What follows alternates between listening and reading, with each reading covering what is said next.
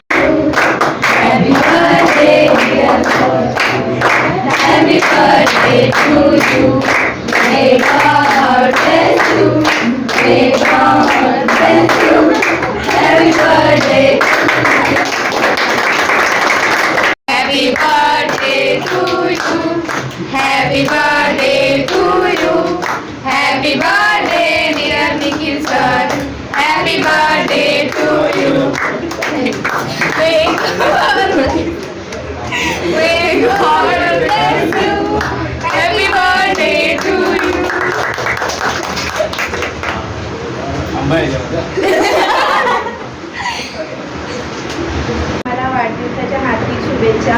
तुम्ही आम्हाला अभ्यासामध्ये खूप सारं मनोरंजन करता, त्यामुळे आमची अभ्यासाची आवड निर्माण होते आणि तुम्ही सर्व शिक्षक आम्हाला आमच्या पुढील वाटचालीसाठी मार्गदर्शन करतात, त्याने आम्हाला आमच्या आयुष्यामध्ये खूप काही करण्यासाठी आयडियाज मिळतात। थँक्यू। सलगचा ॲडव्हान्समध्ये तुम्ही वाढदिवस साजरा केला त्याबद्दल सर्व विद्यार्थ्यांचं मनपूर्वक स्वागत करतो।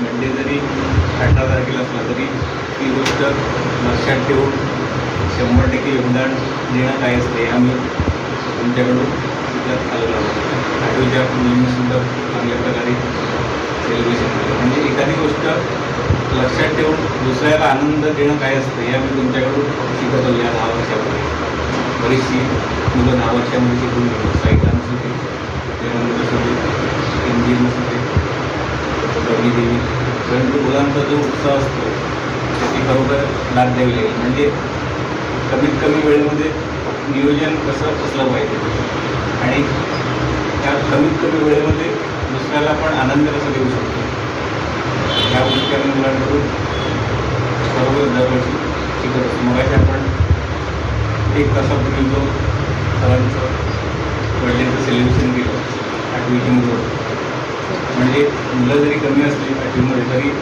त्यांची जी तयारी असते ती त्यांची तयारी मला वाटतं 1 महिन्याअगोदरपासून त्यांची तयारी झाली।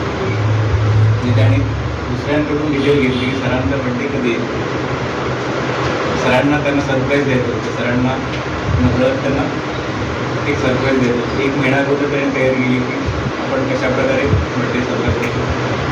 जर डेट 18 तारीख असेल तर त्या दिवशी संडे येतो, दुसऱ्या दिवशी परत रक्षाबंधन, मग त्या सुट्ट्या मॅनेज करून सरांना आपण कशाप्रकारे आनंद देऊ शकतो तर ह्या पद्धतीने देऊ शकतो। याला वेळेचं नियोजन आणि खरोखरच तुम्हाला सर्व विद्यार्थ्यांचं मी मनपूर्वक आभार व्यक्त करतो की पुढल्या 10 वर्षामध्ये आम्हाला दरवर्षी म्हणजे असं पुढचं वर्ष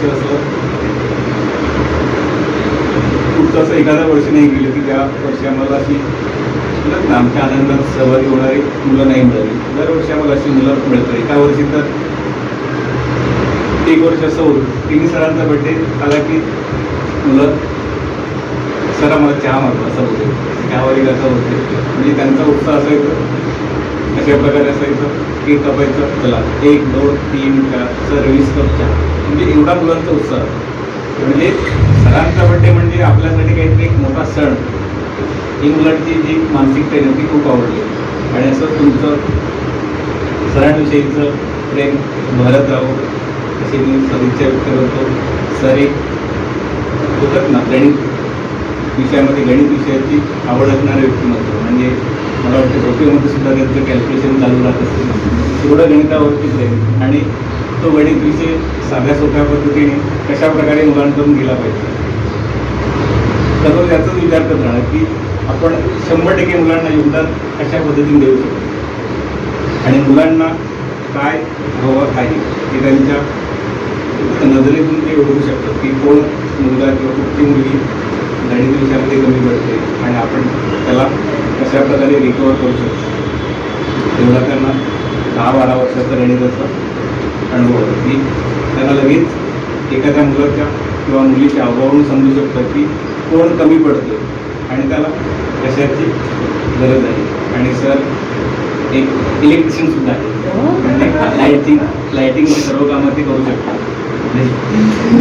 शैक्षणिक प्रवाहात येण्यासोबत ते लाईटिंगची सर्व कामं करू शकतात म्हणजे ऑलराऊंडर. अजून एक क्रिकेटवरती त्यांचं विशेष प्रेम आहे. त्यांना तुम्ही कधीही बोललात की क्रिकेट खेळायला यायचे तर ऊन असेल तर उन्हाचा वगैरे संबंध काही येत नाही त्यांच्या क्रिकेट ते तुमच्यासोबत लहान मुलांप्रमाणे इन्व्हॉल्व होऊन क्रिकेट खेळणार आणि तुम्ही जेवढा आनंद घेता तेवढं ते सुद्धा क्रिकेटचा आनंद घेणार.